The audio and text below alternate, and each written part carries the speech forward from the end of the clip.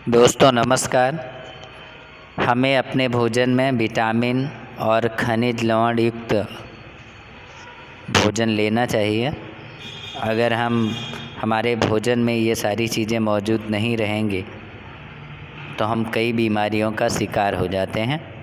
आइए देखते हैं कि हमें कौन कौन सी बीमारियां होंगी अगर हमारे भोजन में विटामिन और खनिज लवणों की कमी रहेगी। तो सबसे पहले देखते हैं विटामिन ए।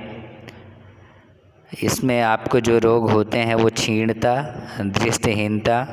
होता क्या है, लक्षण इसके हैं, दृष्टि कमज़ोर हो जाती है, अंधेरे में रात में कम दिखाई पड़ता है और कभी कभी तो पूरी तरह से दिखाई देना बंद हो जाता है। विटामिन ए के कारण ये कमी होती है।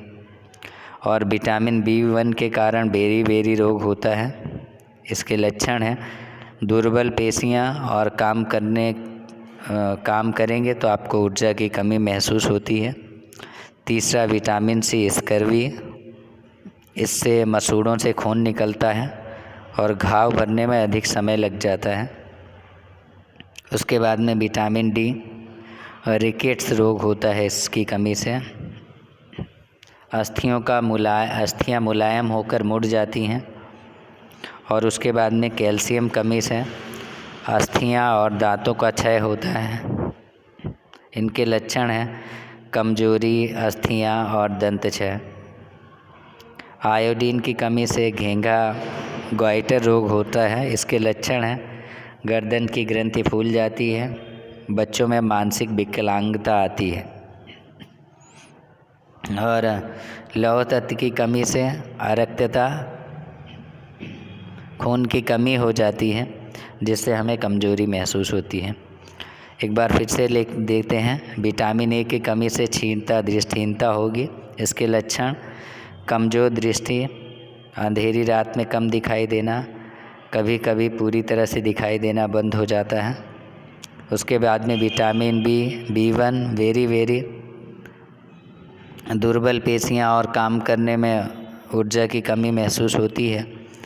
उसके बाद में विटामिन सी स्कर्वी, मसूड़ों से खून निकलता है, घाव भरने में अधिक टाइम लगता है। विटामिन डी रिकेट्स, अस्थियां मुलायम होकर मुड़ जाती हैं। कैल्शियम की कमी से अस्थियां और दांतों का क्षय होता है, कमजोरी लगती है, अस्थियां कमज़ोर हो जाती हैं और दांतों का क्षय होता है।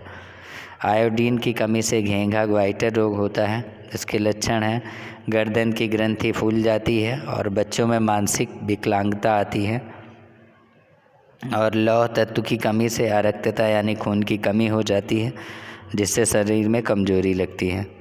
तो दोस्तों, हमें हर हाल में कोशिश ये करनी चाहिए कि हम संतुलित आहार लें ताकि हमारे शरीर को उचित मात्रा में पोषण मिले और हम बीमारियों से बच सकें।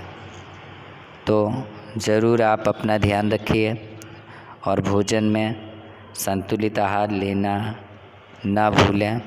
स्वस्थ रहें। इन्हीं शुभकामनाओं के साथ धन्यवाद।